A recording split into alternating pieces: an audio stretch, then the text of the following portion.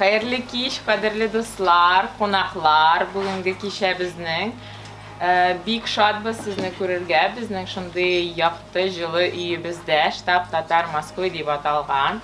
Bugungi kechani biz boshlaymiz. Mening ismim Gulnara Yarolina, men shtab Tatarning koordinatori bo'lam. Shtab Tatarni bilasizdir endi butunigiz, ko'pigiz bunda bo'lgan kishilar. Biz shunday общественная organizatsiya. Bu uyda biz tatarlarni ham boshqurtlarni jiyamiz, ham birlashtiramiz, yangi proyektlar yasaymiz. Bizning endi klublar endi ol Gipokrat klubi, tabiblar klubi, офицерский клуб, Tatar mafiya, студенческий bizning klubida, Kamchatka salam. Munda bizning bugun bilasiz endi biz anons yasadik. Bizning bugun qonaqda Qozondan kelgan истоrik, политолог, rukovodитель площадки Tatpolit Ruslan Aysin. Aydagiz endi avni qo'shilamiz. Tatarcha barsa da anlayman. Anlaymiz endi tatarcha. Ayy. Значит, hamda bu сөйләштек, ул вакытта президент стратегияны язарга кирәк дигән кабул кылды. Бу хакта үзенең юлламасында әйтте дә, шуннан соң эш башланды. Шул вакытта берничә төркем җыелды. Без дә катнаштык, анда Фәннәр академиясе дә катнашты. Татар конгрессы тирәсендәге галимнәр, зыялылар катнашты. Һәм bir документ пайда булды, сез аны күргәнсездер. Эчтәлеге бәлки аның бик үк көчле түгелдер.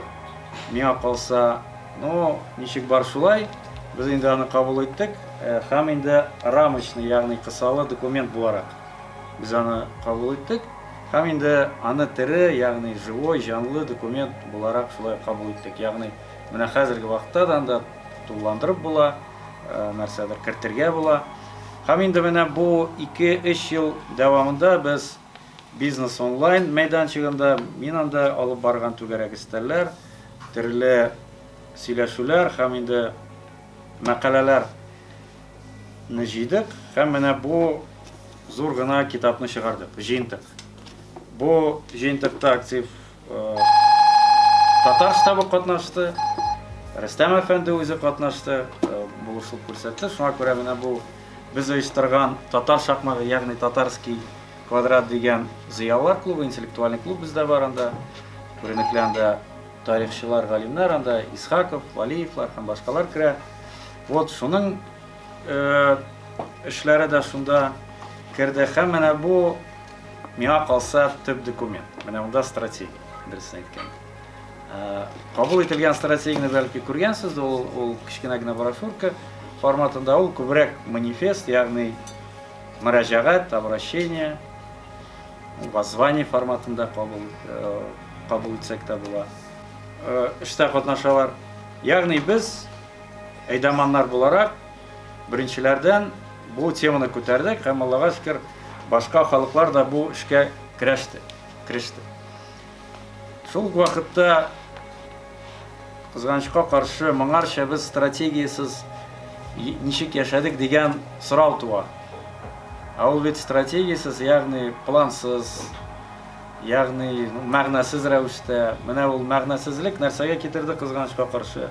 Мәктәпләребез юк, анда университетыбыз юк, тел бетә дибез, яшьләр кызганычка каршы глобализация фәтенә кирип үзләренең рухи тамырларын югалталар. Һәм инде шуннан ул туды да ниндер бер комплекслы программ кирәк. Һәм менә бу программ нигезендә нәрсәдер безгә республика һәм без нәрсәдер эшләргә тиешбез. Инде мин шундый бер тарихи мисал китергә яратам. Сез Японияны беләсездер, анда 19-нчы гасырның урталарында Япониядә Мэйдзи инкыйлабы, ягъни революция Мэйдзи дигән әйбер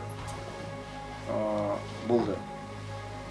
1864 елда Мэйдзи дигән император бар иде һәм ул чакта Япония дилемма нинде йөзенә карап, нишләргә? Яки ачылыргамы дөньяга, яки киресенчә ябылып, үзләренең миллилеген, традицияларын, йолаларын сакларга дигән менә шундый дилемма барлыкка килде. Нишләргә? Без дә шундый дилеммада торабыз бит. Татарлар да 20 гасыр башында шул дилемма да торалар иде. Шуңа күрә менә Гаяз Хакый да язды бит инде 200 елдан соң. Инкыйлаб. Инкыйраз да кызык. Һәм шуннан соң менә бу японнарда бер төркем офицерлар барлыкка килделәр һәм махсус оешма төзегәннәр. Аның исеме Шиши. Ягъни русча әйткәндә люди высокой цели. Алар күп булмаганнар, анда 200-300 кеше якын. Һәм алар япон халкына мөрәҗәгать белән чыктылар. Безгә нәрсә эшләргә дигән мөрәҗәгать белән безгә языгызчы. Менә шундый воззвание. Берничә ел эчендә, 3-4 ел эчендә берничә йөз генә килде, тәкъдим килде. Һәм булар утырып сөйләштеләр дә, димәк, япон халкына улай бер кирәкми. Димәк, япон халкы шундый сүлпән хәлдә, аларга милләт кирәкми дигән карар чыгардылар булар.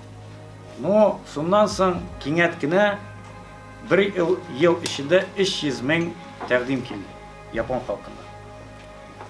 Һәм менә бу әйбер, стратегия дигән әйбер, япон халкын күтәрде.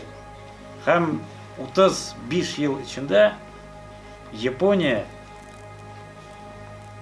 көнбатыш ареалда держава булып чыкты. Шулай бит. Кытайга барып кирделәр, Русия империясын бергәннәр анда Цусимада, һәм башка. Һәм тарихчылар, һәм белгечләр бу хакта уйлаша, бәхәсләшә. Ничек алай килеп чыкты? Менә алар русча әйткәндә второсортный, второразрядный ил иде. Кинәт кенә бер буын эчендә күтәрелгәннәр. Миңа калса, менә шул стратегияны кабул итеп, менә шул милләттәшләрен күтәреп, милләтнең рухын күтәреп, алар бу казанышларга ирешә алдылар. Шуңа күрә менә бу стратегия ул кәгазь генә түгел, ул милләтнең мобилизацион бер ресурсы. Чөнки без японнардан аерылмалы буларак бер җирдә генә яшәмибез. Без Авразияның барлык почмакларында яшибез. Без таралып яшәгән милләт, ягъни дисперс яшәгән милләт. Шуңа күрә без яһүдләр кебек, безгә авыррак бу хакта. Ну, яһүдләр дөньяны тота, без дөньяны тотмыйбыз, кызганычка каршы. Безнең хәтта бер генә университетыбыз да юк. Безнең республика бар, иртәгә булмаска мөмкин. Сәяси вазгыятны белеп булмый, кызганычка каршы. Фаразлап та булмый. Шуңа күрә безгә, үзебезгә эчке яктан оешып нәрсәдер эшләргә кирәк. Менә бу китапта без барлык проблемаларны барлап чыктык һәм аларның чишү юлларын да күрсәттек. Әлбәттә, ул ниндер панацея түгел, ягъни бөтен проблемалардан ниндер дару монда юк. Шул вакытта ниндер концептуаль аңлау һәм концептуаль караш бар. Ул безгә җитми. Ни өчен дигәндәй, чөнки менә әйтәләр бит инде бисмиллахсыз эш уңышлы булмый. Монда да шул хәл. Әгәр дә акыллы, фикерсез, ниндер мәгънәсез эшне башлыйсың икән теге хаос халәтендә, аның киләчәге дә юк диярлек. Шуңа күрә без татарлар мәгърифәтле, акыллы, гыйлемле милләт, цивилизациялар тоткан милләт. Без китап цивилизациясе.